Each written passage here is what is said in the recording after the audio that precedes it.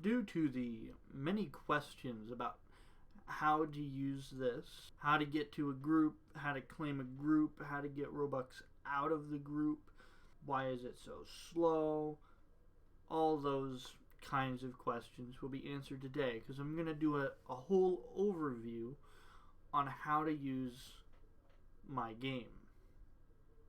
First of all, what people have to keep mind of is their settings. This closed group check, if it is on, it is currently off. When it is green, it is on. When it's off, it's red. And when it is on, it will take longer to find an open group due to network latency, network throttling. I can only make so many requests before it just fails.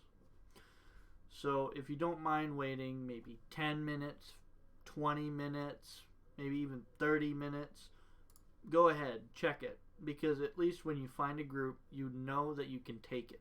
Max ID, it's just, well, it'll search through groups 1 through max ID. It'll pick a random number between 1 and whatever the max ID is. Right now it's default at 4.5 million, but you can take that up to 10 million if you really wanted to. And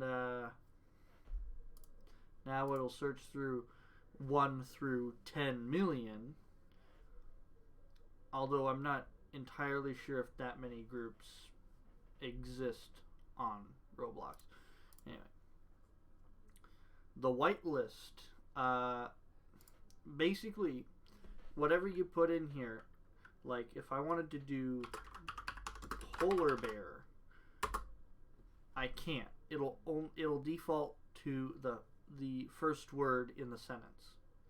So what this will do is it'll find a group with the term polar, either in the title of the group or in the description of the group. If it is not in either of those, it will skip the group. This is why using a whitelist, this whitelist generally takes a lot longer to find a correct group, because it filters out many others. Blacklist is a little bit more useful in my opinion, because it can make sure that any group with these terms do not show up, such as Honda here. He's claimed many groups and many people have talked about him. You can put him in the blacklist here at Honda 1337, a 0 as the O here, and it will block out all of his claimed groups completely. Convenient. Now that we have settings out of the way, let's try to find a group. Here we have found a group. It's called the Santa Fe Group Builders. Here's the description of the group. Here is the image that the group uses. Cool. So how do I get to the group from here? Well, that's easy. You double click this and it will highlight it.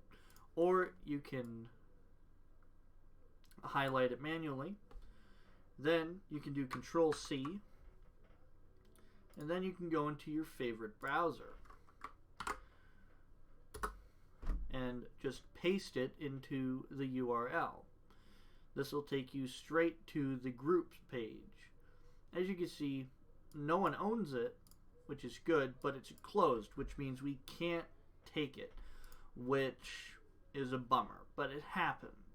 The likelihood of you finding an open group is small, and the likelihood of you finding a group with funds is even smaller. It's just how this goes. So time and patience are greatly valued when trying to find empty groups with funds.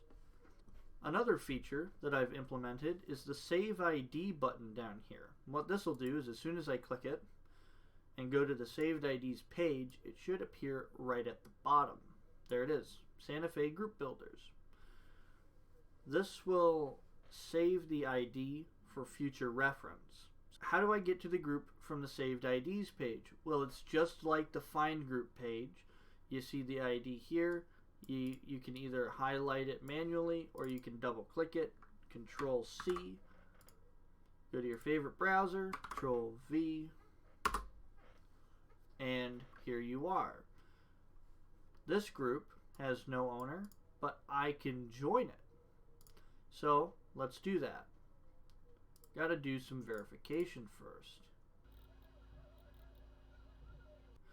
Now that I'm in the group, how do I claim it? Well, you go to these three dots up here and you click claim ownership right here. Now, as you can see, this account that I have is now the owner of Have Fun and Do What You Want. In which case, we can go to configure group and check if there's any funds. There's not. In a nutshell, that's pretty much all there is to this game. If this group is helpful, you can donate to me a little bit of Robux if you want. The link for the game will be in the description. And happy hunting.